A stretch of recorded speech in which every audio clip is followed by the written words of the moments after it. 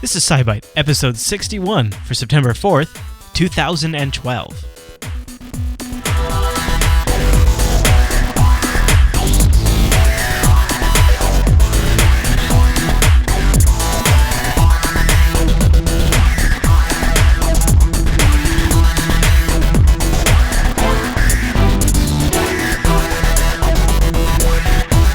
Hi everyone, and welcome to SciByte, Jupiter Broadcasting's weekly science podcast, fresh every Wednesday morning over at jupiterbroadcasting.com and live Tuesday evenings over at jblive.tv, 7:30 p.m. Pacific. My name is Chris, and joining us every single week is our host, Heather. Hey there, Heather. Hey there, Chris. Hey, Heather, happy science to you. Happy science. What are we talking about this week? This week we're going to take a look at more exoplanets around binary stars, a dinosaur's dinner, sweet clouds around a star, diagnosing with eyes, updates on bionic eyes, Okay. and, as always, take a peek back into history and up in the sky this week. And I think there might even be a few Rover updates in there too, Heather. All right. Yes, indeed. That all sounds quite epic. I'm prepared to go out into space and then come back down to Earth to our eyeballs. So why don't we get started with our first news story?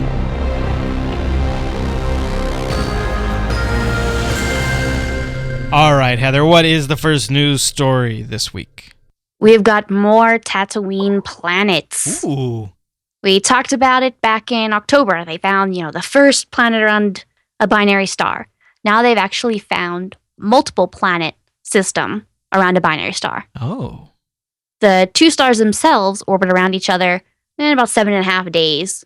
The larger one, about the size of the sun.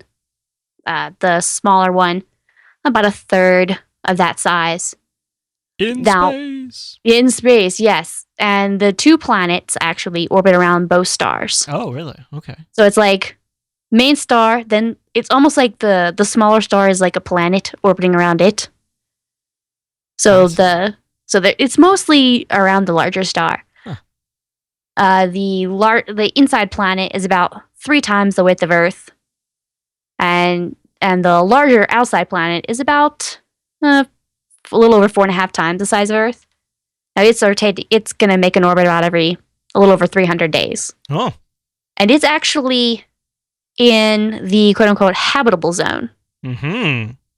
But it's about the size of Uranus. So it's probably just an icy giant planet. Oh. Not really any place that anything's going to happen. Oh.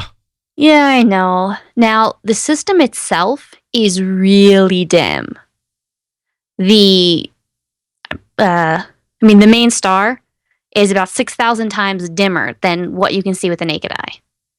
So taking the spectra of it is really hard, So they've seen these 2 planets that are confirmed. Some of them say that they've actually seen a dip for possibly a third planet, but they've only seen it like once, so they're really not sure. Oh, they're really just looking at the blink or the change in light, right? Yeah, this is from Kepler. It looks at the dimming of the light. Exactly. Right. Wow, this Kepler array is just showing us how populated, just so many planets are out there. Everywhere we look, we're just seeing more and more of these things. Oh, yeah, and if you ever see, like here's a little square where Kepler is looking, and the rest of the sky is here. It's like small little postage stamp section. And there's these all things, and for a long time, they never thought that planets could orbit around a binary star. In October, they're like, oh, wait, yes, they can. Huh. I talked to George Lucas, and he says, yes, you may use the word Tatooine.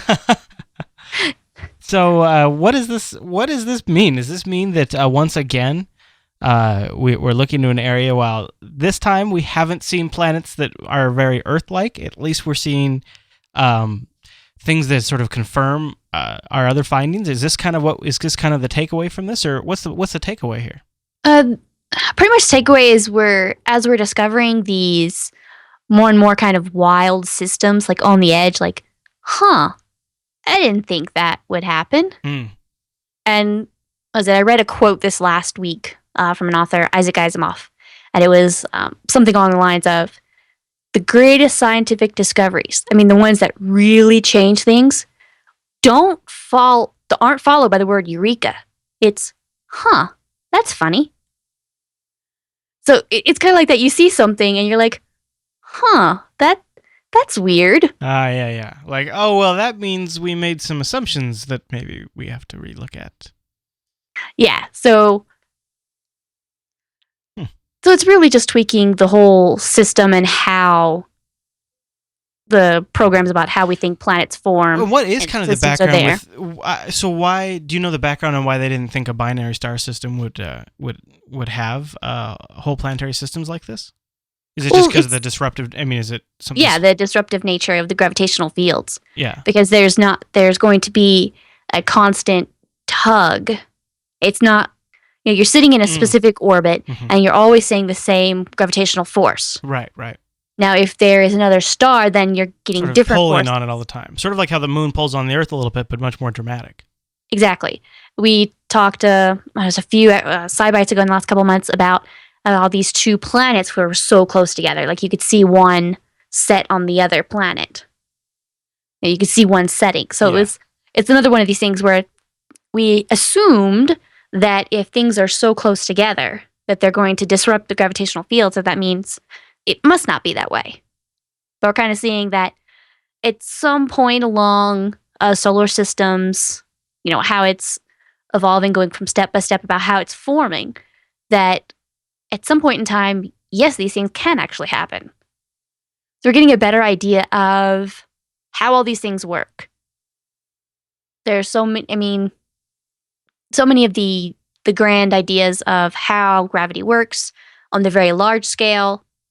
It's on the very large scale, on the very small scale, it's kind of not what we would think automatically. Right. So looking on these giant scales and looking at this, how planets form and what's going on, then we're looking and being like, okay, take it by the numbers and we can tweak our formulas. Yeah, I mean, isn't what you're saying then is that, well, all those places we've written off that had a blinking star, guess what? We probably want to go back and take another look at those because maybe there was something there, actually. Yeah, so exactly. I mean, there are stars that blink. They're variable stars.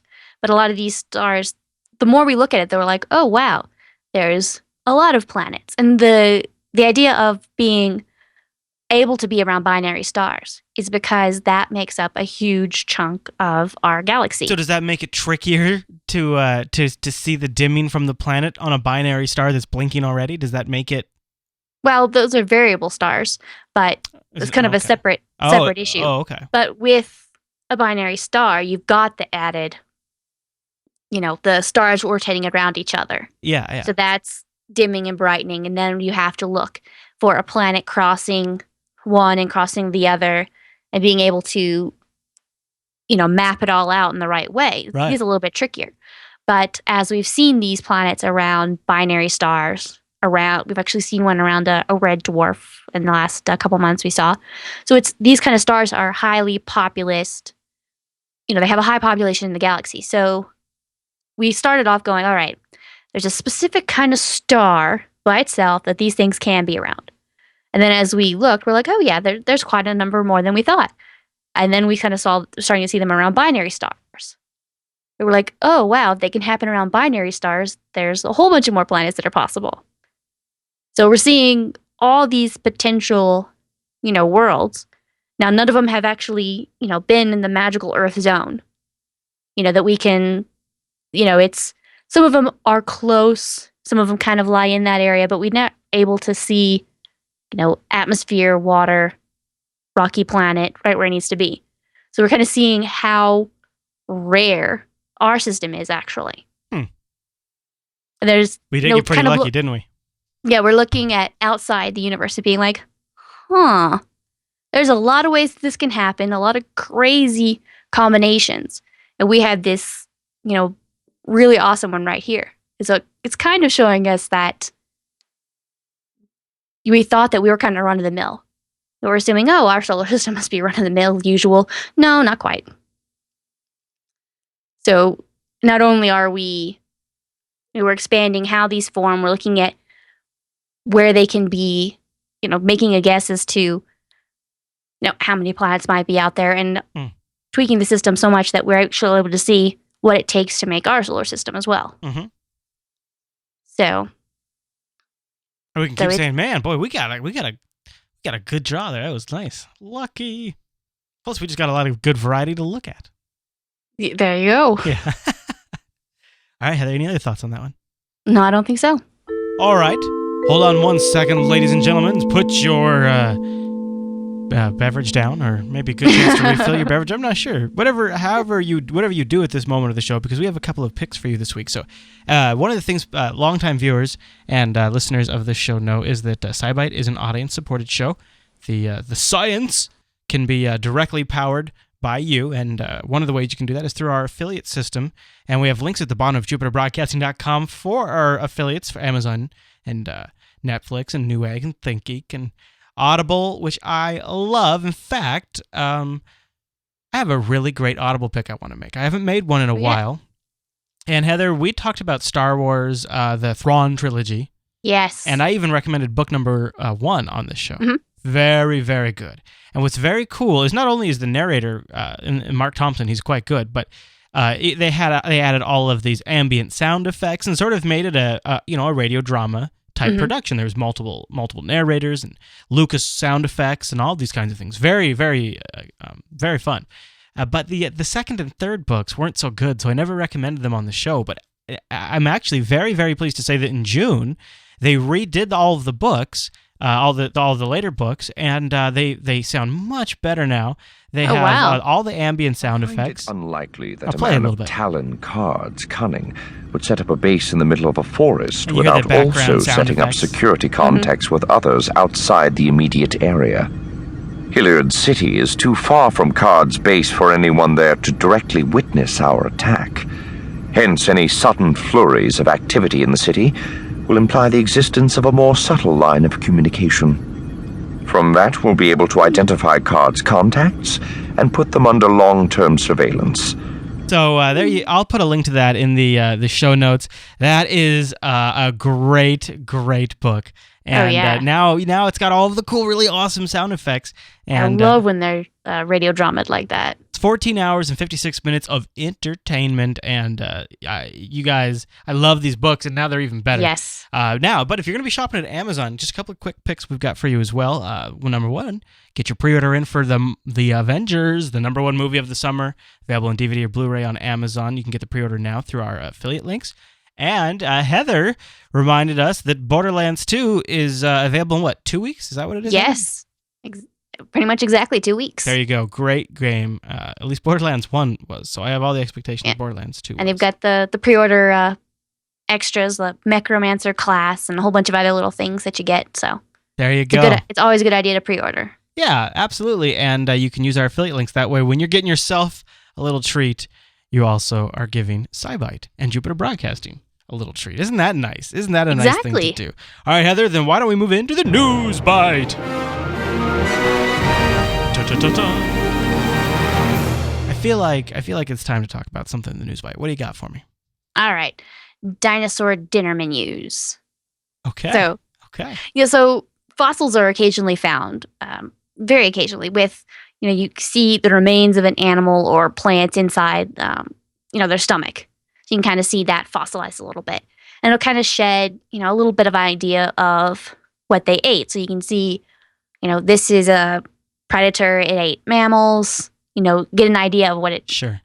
And so on top of that, you can also see, well, based upon what it ate, then how fast did it need to move? How would it be able to hunt that? Oh, yeah. So they've actually... We're investigating a couple of specimens of a predator,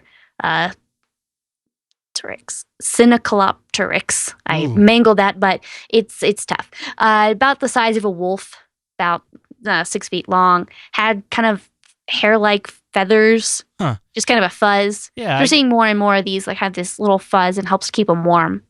And one of the specimens had a completely, really well-preserved skeleton of, a bird-like dinosaur. It was, cat-sized. And so it was they actually were able to see that it gobbled at least 2 of them up at about the same time. No kidding. They're able to see it in the stomach, pretty much whole bones. I believe they actually were able to look at the fossil of one of the leg bones of the bird, and they actually see kind of it speckled because, like, as the stomach was digesting it, like the acids in the stomach started eating away at the bone. Gross. Yeah, but so they're able to say because there was multiple of these, it's probably from this they're able to say, okay, this animal is probably not a scavenger. Because it has, if it was a scavenger, it'd have multiple different types of meals. It'd just kind of be on the go. Now, if it was specifically hunting for this, then it would be much more likely because it's a preferred diet. It's going after these specific birds, and so you say, okay, then it's probably a hunter, not a scavenger. And then because you're looking at something that flies, then you need to be able to sneak up on them. So it's probably something that is a stealthy predator. So all these kind of things you can be like, okay. So they're sneaky and they're about the size of a wolf. Yep, sneaky about the size of a wolf, can eat cat-sized things, and imagine if we if these came back and like they were eating people's pets. These things are the freakiest looking.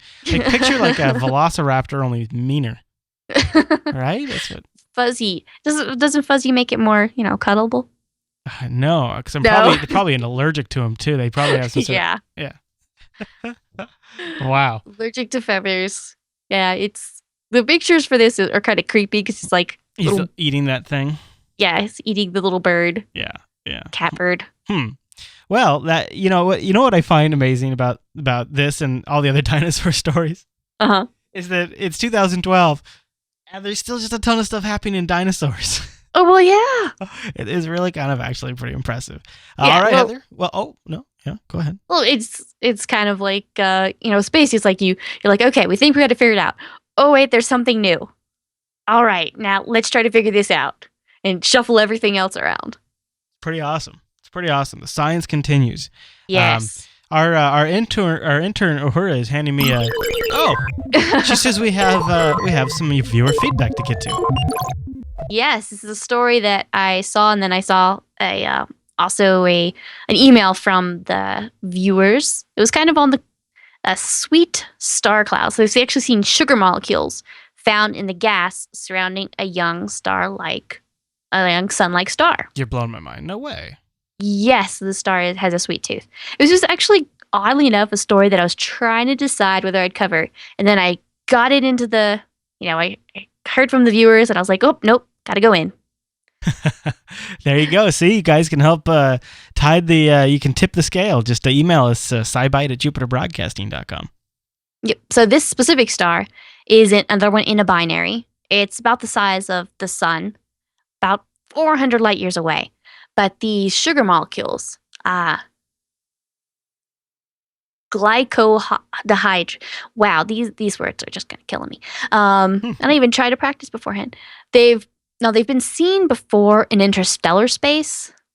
These specific sugars, a simple type of sugar, more like what you put in coffee or tea or whatever it is you drink. So really, that's incredible. So it's a simpler sugar, and they've seen it in interstellar space, as I've said. But this is the first time that they've seen it spotted so close to a sun-like star. Now, they're about the distance away as Uranus is from the sun. But, you see, they found sugar. How does this happen? Well, how do we see it? Oh, yeah, that's a really good question, too. Like, how do you know there's sugar out there? Yeah. Huh.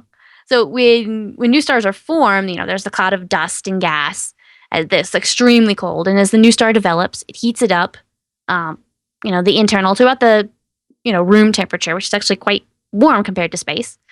And that evaporates all these chemical molecules. And so from that, they can those emit radiation. And then you can pick that up from sensitive radio telescopes.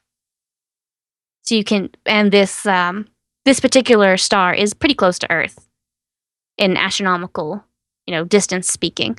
So they're able to actually look at this pretty closely and see how far away it is from the star, and that it's kind of moving in towards the sort of falling in towards the star. So they're saying, okay, it's out there and that's coming in towards the star. So there's sugars falling in. So it gives you another idea of, okay, how this is forming, when it's forming, why is it moving in, and all these kind of things. But I guess I never gave thought that sugar would be floating out there. I just thought that was something that would be on the planet. Yeah, I mean, there's lots of things that they're the components, molecules. Yeah, they're all out there, right? All the components are out there. Yeah, I mean, they got here somehow. Yeah, they got here somehow. And, the stuff here is the stuff out there. But it is kind of weird when you think about it, because they've actually, they know they've seen it in interstellar space, but now it's close to a star, so you kind of see it. Right, you can see like more.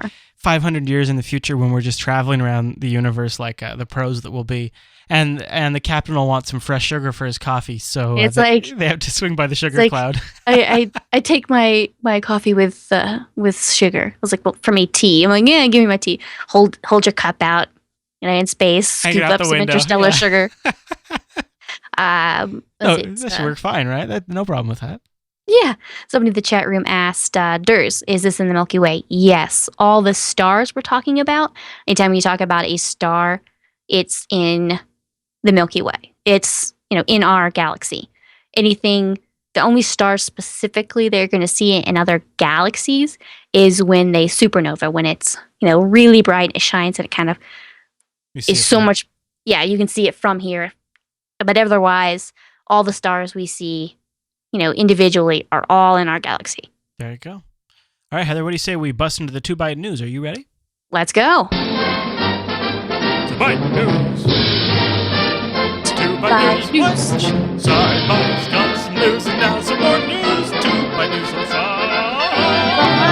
SciByte. That's good. That was good. I like that one. It was nice. Yeah, I think I could just record that. Oh, I did record it. Hey, guess what? Good news. So there you go. Yeah. All right, what is our first story in the 2-Byte News? Well, to diagnosing diseases with the eyes. The researchers have actually devised a method where they can detect certain neurological disorders through the study of eye movement. There's a whole bunch of different things, ADHD, Parkinson's, really? A whole bunch of different things that affect the vision. So they thought, well, maybe we can identify some of these things about how they move their eyes while they watch television.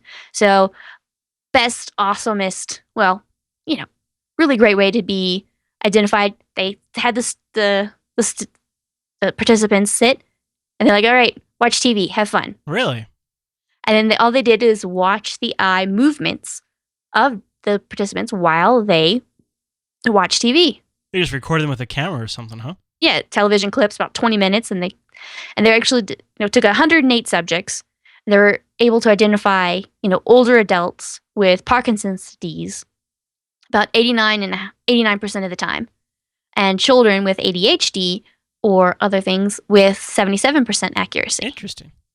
So it's kind of an interesting way to take it, considering it's easily deployed, it's low cost, it's easy to screen. And it's handy for especially young children or elderly patients who are going to be less compliant to traditional tests, because a lot of these tests you have to be able to understand and comply with instructions. They're costly, they're labor intensive. So, not only is a lot more going into it, but, kids and some of the... That doesn't actually, when I think about it, doesn't surprise me that much. Because don't we naturally kind of like sometimes... Look somebody in their eyes and go, I think something's not quite right with this person. Right? And that might be like subconsciously what we're doing. Maybe we're looking at them and going, that eye's a little weird. It's twitching. That eye's twitching at me. Oh my goodness. Right? I think people do that. I know people do it. But this is specifically, the ability to look at one thing. Right. In Parkinson's, you're going to have some shaking, and ADHD, you're going to have, looking all over the place. And it's valuable as another data point and as part of a diagnosis. Yes. So, maybe that goes through, and that, even this kind of, with 80%, 90%, 70%, any of these, you can kind of test a whole swath of people. And you're like, all right, we're going to catch the majority with just this, this 20-minute cartoon. You know what they ought to do? Solve this problem is just install these cameras in movie theaters across America. And then we can just start diagnosing people when they're at theaters. And if they have a neurological disorder, they're just not allowed to leave the theater until they get treatment.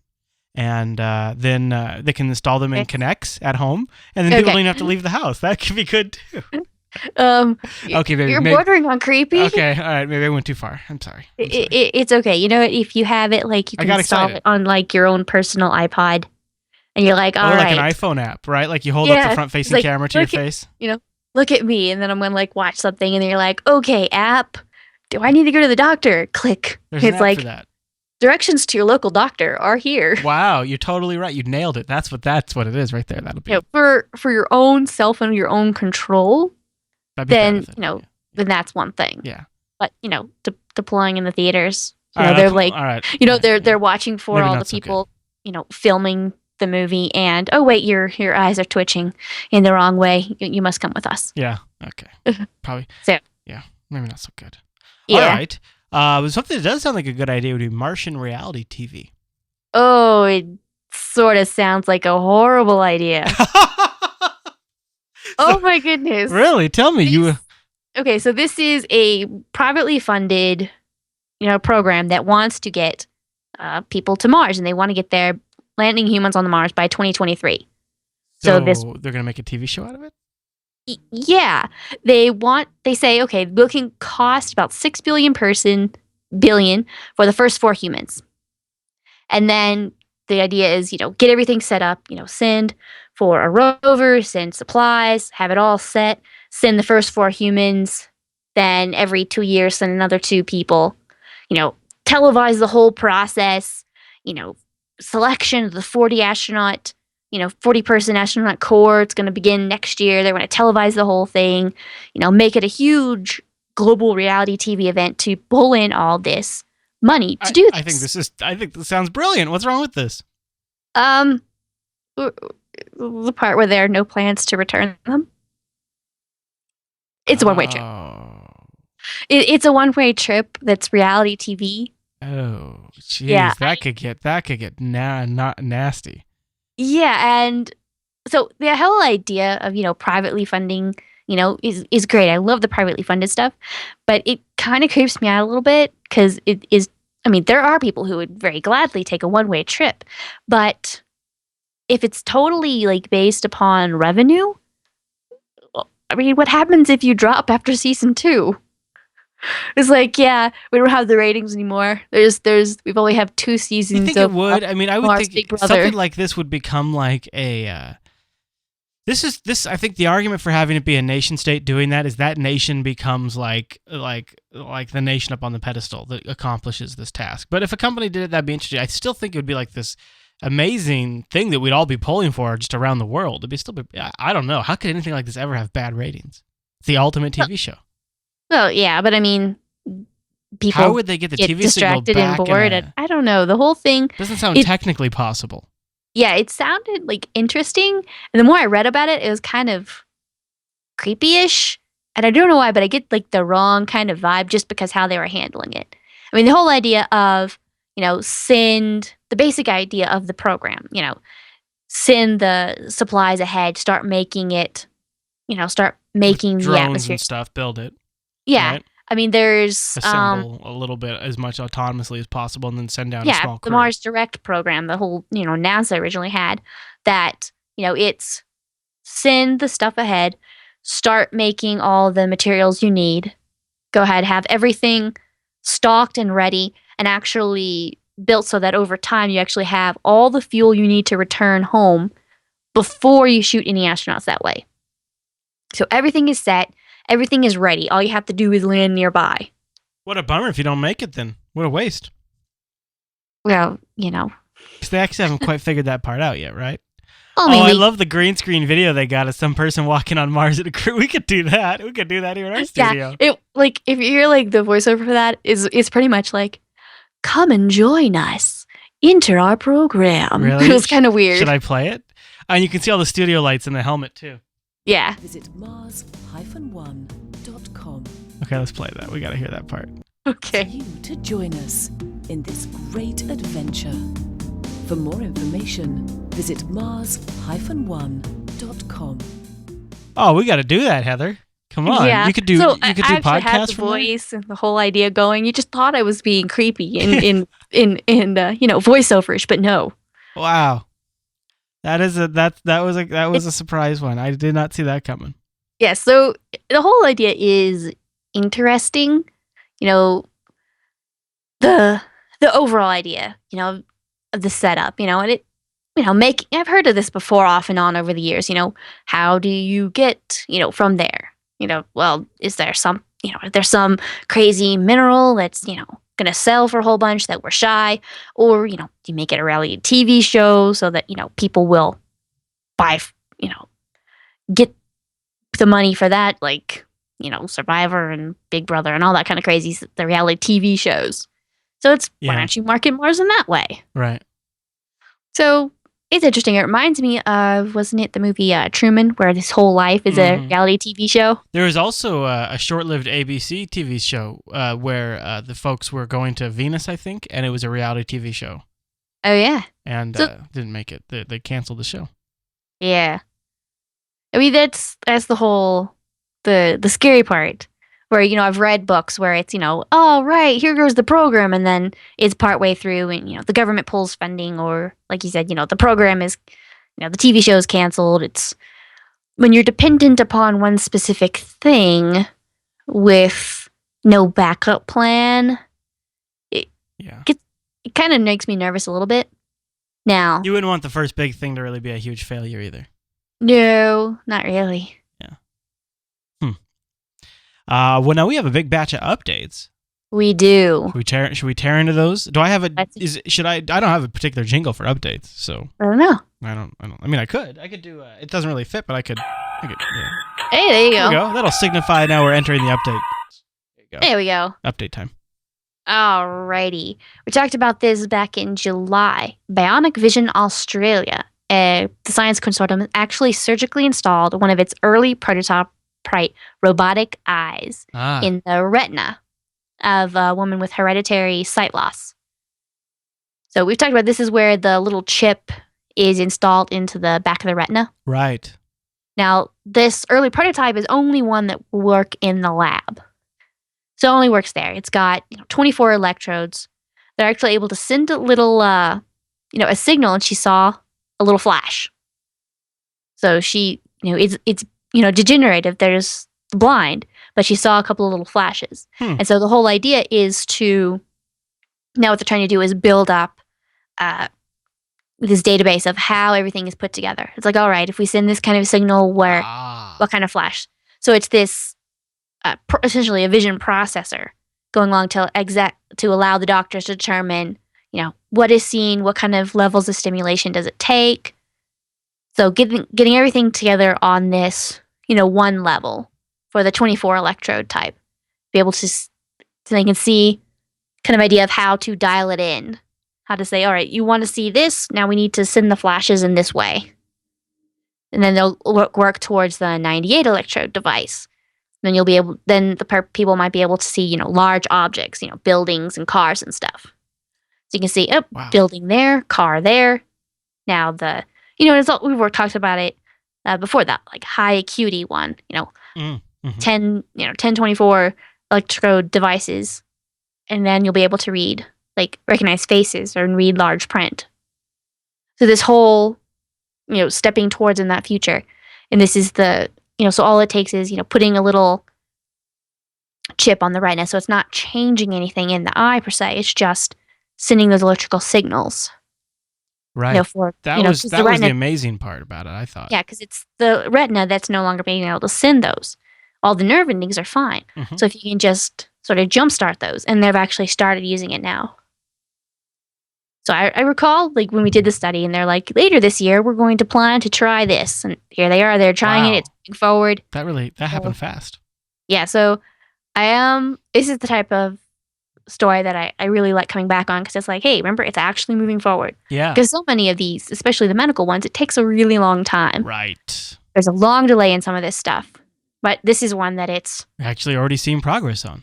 We're actually seeing progress and kind of looking forward to how this progresses and how I might be able to bring it up a couple months down the line or a year down the line and see where we are. Mm-hmm. And if you'd like to hear sort of the backstory on what Heather's talking about, go check out SciByte 55. Was it really that long ago? 55? Yeah, July 24th. God, it actually just feels like it was a couple of weeks ago. Yeah, I know. It's always like, sometimes I'm like, well, in the last, I was like, I don't know. How long ago was it? I don't know. I feel like it's the last couple episodes since everything's been covered. But it does, even if it's been a few weeks, that's still a very, brisk progress. Oh, yeah. So that's an update on that, but we have some rover updates too, don't we? We do. Opportunity Rover. He's being outshone by Curiosity, brand new kid on the block, but no. Opportunity is still trucking along. It was designed for a little over half a mile and to go 90 Mars days. It's now driven 35 times that distance. It's at almost 22 miles it's driven. Now, it doesn't seem like a lot, but it takes a little while for it to roll. And like I said, it's been over 35 times what they thought it would be. 35x. Yeah, and it's lasted 34 times what they thought it was designed to do. So the solar array production is still pretty good. It's producing about 568 watt hours. So it's moving out towards a little exposed outcrop so they can look at some clay minerals that they detected from orbit. This is one of the times where you use one of the orbiters to kind of lay out a track to say, oh, look, here's some minerals that are really cool. What happens if we check that out? So you start rolling towards those. Man, how awesome. What kind of sophisticated operation do we got going on there now, huh? Multiple rovers, overhead observation and coordination. Dang. Yep. They were able to, and they kind of leaned one of their tools over, the rock abrasion tool, to kind of see, it's like, yeah, can we move it here? Yep. Does it look good? Yep, it still looks good. So now we can, they pulled it back and they're ready to roll over to so they can kind of see when they get to the outcrop, would they be able to, abrade it with their tool. Color me impressed. Yep. Huh. All right. Now, I know that's not the only rover that's on Mars. Nope. The new kid on the block continues to check out its various instruments. The sample analysis at Mars, SAM, it took a sample of the atmosphere, so this is one that it kind of able to take a chunk of the atmosphere, take a peek at it. And as always, they've got their Friday updates. Yes, with Mohawk Guy.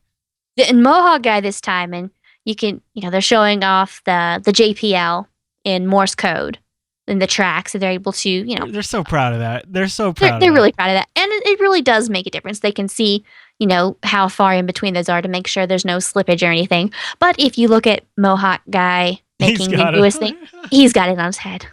he got the Morse code for JPL into his head. Oh, that's adorable. Yep, and some of the images that you can see in the show notes or on the, update are some mountains that look like they're very layered. Now, it's corrected, but that's from Mars. That is incredible. They've white corrected it, which means that they've kind of took away the red, so that's what it would look like if that was on Earth. So it's like if we took a chunk of this mountain and placed it on Earth, this is what it would look like. Now, for the scientists, the geologist, it makes it really quick. It helps them identify things really quickly. I like things the really red way because it's really cool. Yeah. And it makes it look more Mars. Yeah. No, for most of the images, they've got it both ways. But a lot of the ones that they put out like this are the white balanced, what they call it. But so there's a whole bunch of mountain ranges that look really cool. They kind of showed off the Morse code that they've able to start seeing it in the trail because they started, driving off. All the instruments are starting to be, they've tested out everything, so it's chucking along too. So can hopefully to continue to see that. I always love getting a little rover update, even if it's just small stuff. Even if it's just still checking out equipment, it's still very awesome. Yep. All right, are you ready to jump in the time machine? I think so. All right, hop in. I got a new flux capacitor in here. Here we go. Close the door. Okay, good. Here we go. Oh, yeah, see? Oh. Nice. There we go. Okay, see that the new flux capacitor, I think a little more oomph in that. Took us to 124 years ago. See, 124 years ago. Of course, 1888, September 7th. What happened this week in science, Heather? The first baby incubator. They're actually first used in the U.S. to care for an infant at the State Immigrant Hospital in New York. Poor little Edith Eleanor McLean was 2 pounds, 7 ounces. McLean, aw. So, and they originally called these hatching cradles. This is early days. 3 foot square, 4 feet high. The whole idea was, increase survival rate for premature infants, help maternity ward doctors, all this kind of thing. And how they started sending these out was, over time, they started putting them out in the World's Fairs. Like in the 1904 World's Fair, they exhibited 14 of these. And in the most positive twist for the quote-unquote sideshow attraction people, they would take these from town to town, and in order to kind of show people how it was, they would invite local people to bring up their premature, essentially critical babies. And they'd, put them in these incubators, and there would be real nurses. You're kidding me. Like people had them there? Yeah, I read one story. It was, the family, very premature baby, essentially had it in a shoebox or a hat box and kind of walked up to the place and they're like, can I please have my baby here? Wow. So, put them in there, as long as the fair is there, then it kind of increases the survivability of these infants. And so it was, we have real doctors, they have real nurses, and they kind of take care of them, and everyone could come up and look at, oh, cute baby. Demonstration. A demonstration and pay their ticket to say, oh, cute baby. And, take them around the country and be able to spread the news like, oh, yeah, this actually works. And all they really had to do was go to a place and be like, hey, bring your babies here. Yeah. And it was able to spread. They used it for everything from orphanages to poor people. So all these kind of people could say they had nowhere else to turn. The poor orphanages could all bring these, premature critical infants there and be able to get them cared for. Huh. What an interesting history of such an important device. Yeah, in the original days, it was, up to 90 degrees, and they were actually able to heat them from water. Essentially heated up water and kept gallons of it nearby to help keep it warm. But it's one of those things where it has this interesting, very interesting history about how it got spread. And, fairs, fairs and country fairs and, sideshow attraction type stuff. And there's so many of those stories that are kind of like, exploitive of, people sometimes in the early days. But in this case, it was very specifically good for everyone. Yeah, there was sort of because there was people in need that were able to get care. Mm-hmm. Well, with that said, Heather, I believe I should retune the science computer and have it look up into the sky this week. That's right. This week on Wednesday, one of the brightest stars in the night sky, Vega, is going to pass high in the sky in the mid-latitudes of the U.S.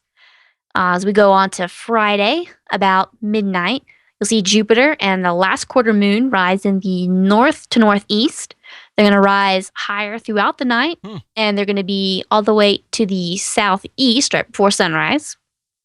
As we roll on to Monday, September the 10th, Venus is going to be well to the lower left of the moon and moving closer and closer to it as those few days progress. In general, Venus this week, around 3 a.m. ish, is going to rise in the east-northeast. By dawn, it'll shine high in the eastern sky. And Mars and Saturn, around twilight, they've been hanging out in that triangle. They're starting to move farther and farther apart. They're in the west to southwest, about 5 degrees apart. That means take your middle 3 fingers and hold them at arm's length, and that's about how far apart they should be. There you go. And Heather has those noted in the show notes too. So if you see something in the sky and you're like, oh, what was it she said? just go over to episode 61. She's got them noted towards the bottom of the show notes. Yes. And somebody wrote in and said, where do I find the show notes? And the show notes, I think that was 2 weeks ago. And the show notes, you go over to Jupiter Broadcasting, find SciByte 61, and then where the video is, you scroll down, you see the download link, scroll down a little bit further, boom, Heather's awesome show notes. All sorts of good information, links, image galleries. Videos embedded in the show notes themselves. Yep, videos, and of course, right there at the bottom, your info about the sky. There you go, Heather. I believe that's the whole show, isn't it? I think so. Well, one of the other things folks should do out there with Jupiter Broadcasting is join us live, like our fantastic chat room who is starring in our show right now. Thank you to the chat room for joining us this week for another excellent episode of SciByte. And Heather, thank you for another wonderful show.